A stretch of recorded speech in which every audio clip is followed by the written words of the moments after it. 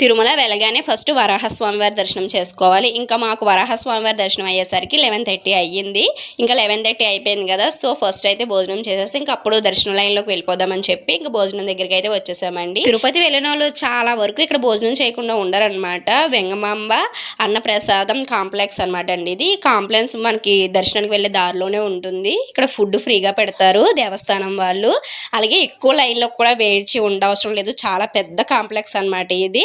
మనం వెళ్ళి మామూలుగా మనం వెళ్ళేసరికి అక్కడ అన్నీ రెడీ చేసి పెడతారు. జస్ట్ మనం వెళ్ళి తినేసి రావడమే లేట్ అనమాట.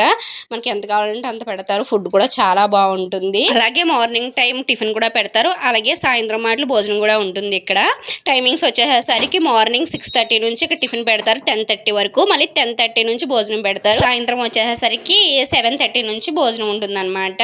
ఇంకా మనం ఫుడ్ విషయం అయితే తిరుపతిలో అసలు ఆలోచించవసరం లేదండి. రూపాయి ఖర్చు పెట్టే అవసరం లేదు.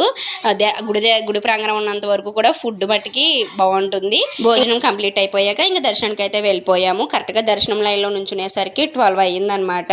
మేము ముందే చెప్పాను కదండి, మేము అనుకోకుండా వెళ్ళాము. సో అందుకే దర్శనం టికెట్స్ లేవు. అందుకే ఫ్రీ దర్శనం లైన్లోనే నుంచుండిపోయాము. అక్కడ డిసిప్లే మీద అయితే 25 గంటల నుంచి 30 గంటలు పడుతుంది దర్శనానికి అని చెప్తున్నారు. ఇంకా చూడాలి స్వామివారు ఎన్ని గంటలకు దర్శనం ఇస్తారో.